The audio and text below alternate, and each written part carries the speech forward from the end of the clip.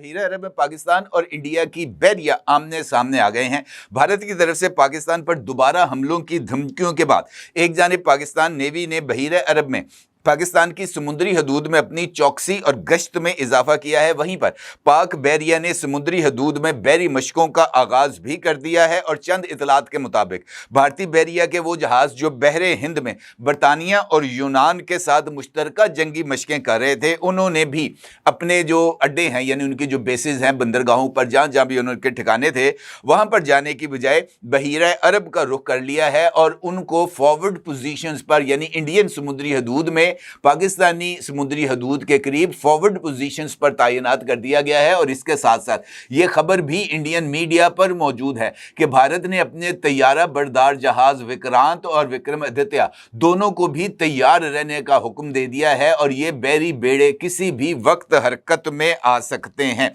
इसके साथ साथ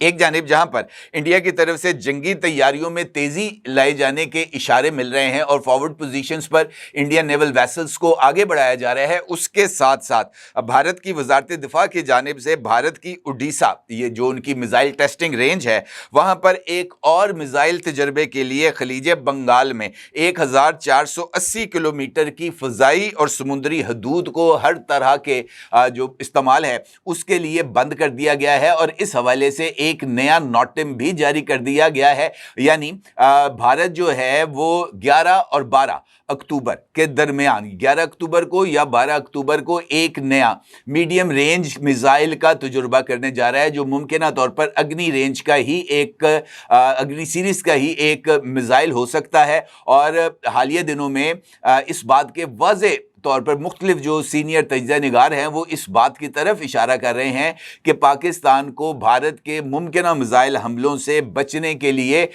या उसका जवाब देने के लिए फौरी कार्रवाइयाँ करनी चाहिए।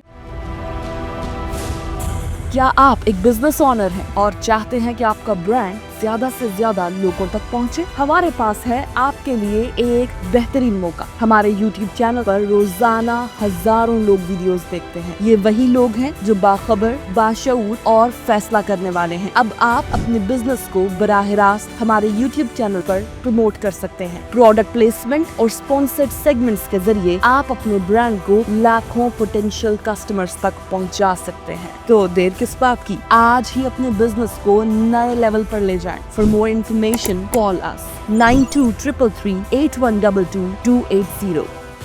अब एक जानिब ये डेवलपमेंट्स हो रही हैं, दूसरी जानिब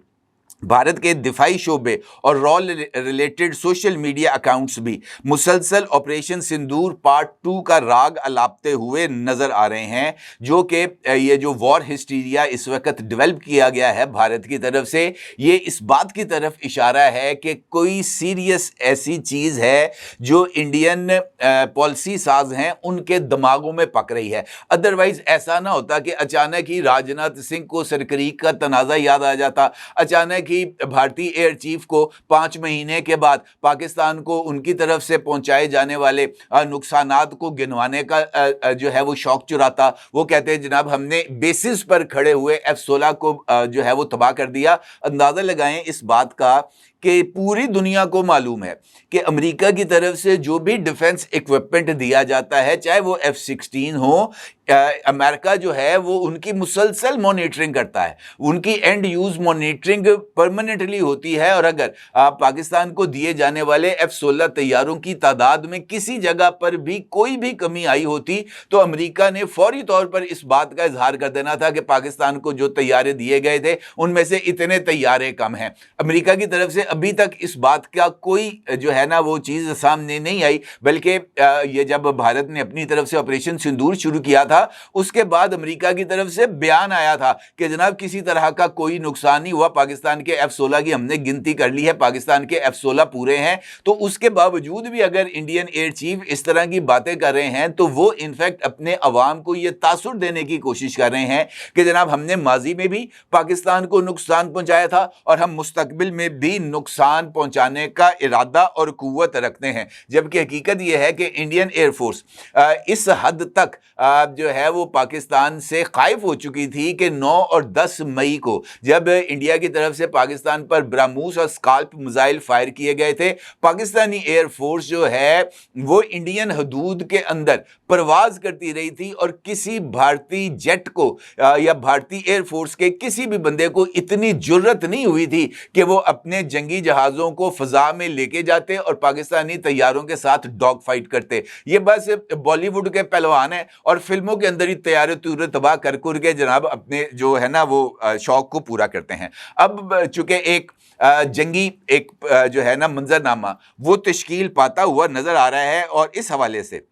पाकिस्तान के अहम दिफाई और सियासी अकाबरीन का मानना है कि भारत किसी भी वक्त नई शरारत कर सकता है और इस मकसद के लिए पाकिस्तान को भी तैयार रहना होगा और हम तैयार भी हैं। वज़ीर दिफा ख्वाजा आसिफ ने एक इंटरव्यू में वाज़ेह तौर पर कहा है कि भारत के इरादे ठीक नहीं हैं, ख़तरा मौजूद है और हमें जवाब देना है और हम जवाब देने के लिए तैयार भी हैं। इसी तनाजुर में पाकिस्तान की कौमी सलामती के साबिक मुशीर लेफ्टिनेंट जनरल नासिर जंजुआ का कहना था